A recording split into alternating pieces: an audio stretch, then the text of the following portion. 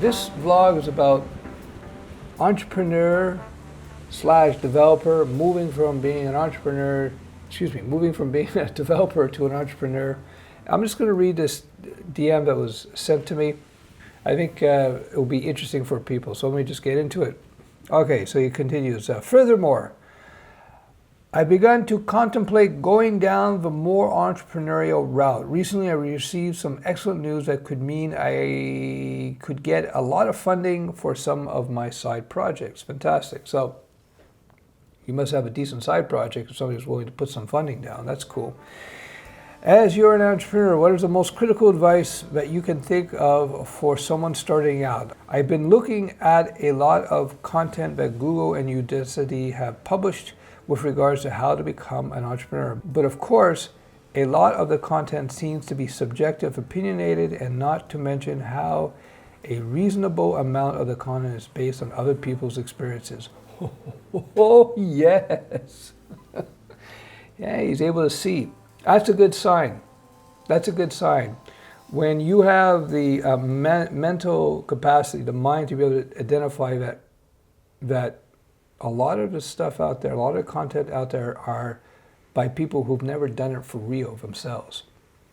That means that that's an indicator that you may have a good business head. A business head, it's like a fighter. Like I learned in martial arts that you have to have a predisposition for fighting and the right type of fighting. So we'd have people come off the street, they get in, they want to train, whether it's boxing or grappling, whatever. And you could tell very quickly whether this person was going to be any good at it, right? If you don't have the right mental and physical capabilities as a striker, for instance, no matter how much training you get, you're always going to be crap, and vice versa. So I've seen fighters who are fantastic with their ground game, fantastic, but not too good with the striking game, and vice versa. Entrepreneurship, there we go. It's the same thing.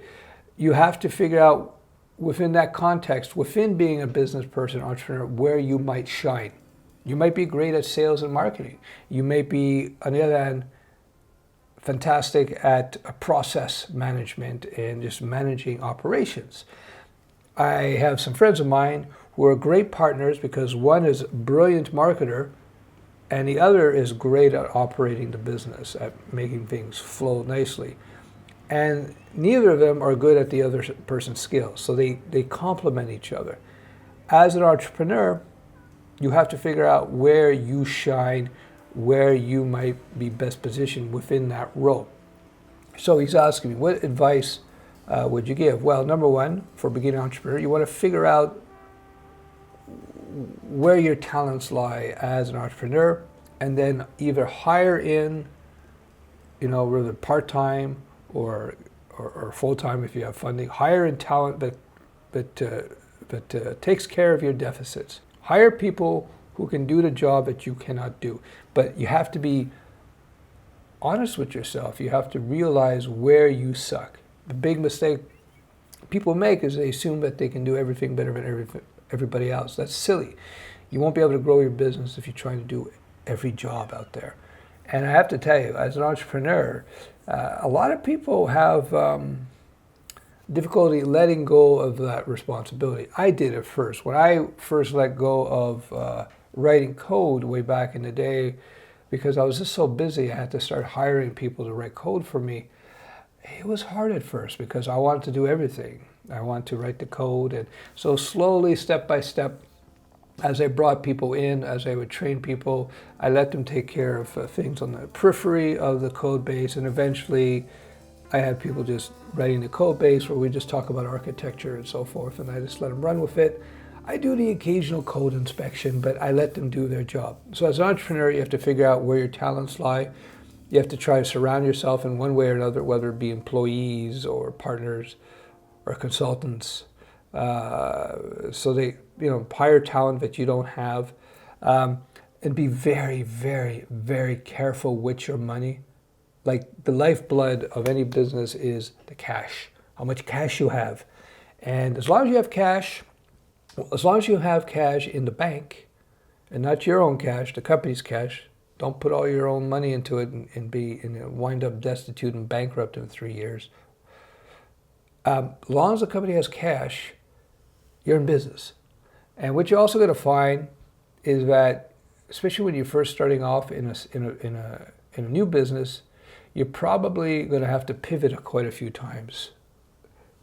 Meaning you have to change your business model, perhaps, change your product, perhaps, depending on what the market tells you. You have to be responsive to the market. So you put out your idea, and then you will have to shift and change accordingly. I've done this a few times, and it's very rare that any business, I'm not just talking my own experience, just look at any business out there, it's very rare that they figure out what is going on right from the get-go. It's very rare that you're going to hit it out of the park with the first iteration of a product or service. You have to figure out what the market wants. Like in my latest experience with Studio Web, this is a software that a lot of schools use to teach students how to code.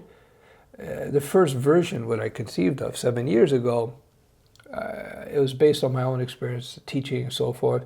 And I got about 60% of it, I guess, maybe 65%, it's hard to say. But over a period of years, we refined it, added to it, removed features, et cetera, as we learned what teachers really wanted and needed, how students really learned in the classroom, et cetera. So it was a process of having to have money and the wherewithal to be able to fund the business, to fund the changes in the software over years until we got something really nice. Now, it won't be that slow in most businesses because the school business, it takes 5 to 10 years to establish. A normal business, you're looking at 3 to 5 years. But expect to have to pivot and expect. So I think the bottom line in that is that you have to be a little bit humble about your opinions in terms of your product. You have to be willing to listen to input from people who know the industry. Don't take advice from people who don't know the industry. Don't take advice from people who've never been in business before. They're going to give you the worst advice almost all the time. There are my tips. Mind your money. Know what you know in terms of your skills. Surround yourself by people who can help you out. Be prepared to pivot and be ready to criticize and punch holes in your own tools, your own product or service based on what the market tells you.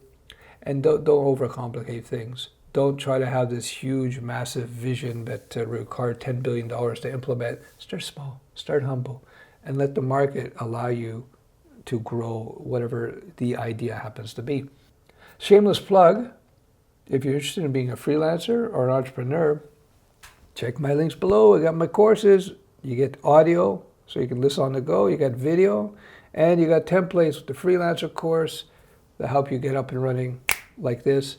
And again, everything that I teach is not me having to research and then to regurgitate what I've read elsewhere. No. It's all based on my own experience.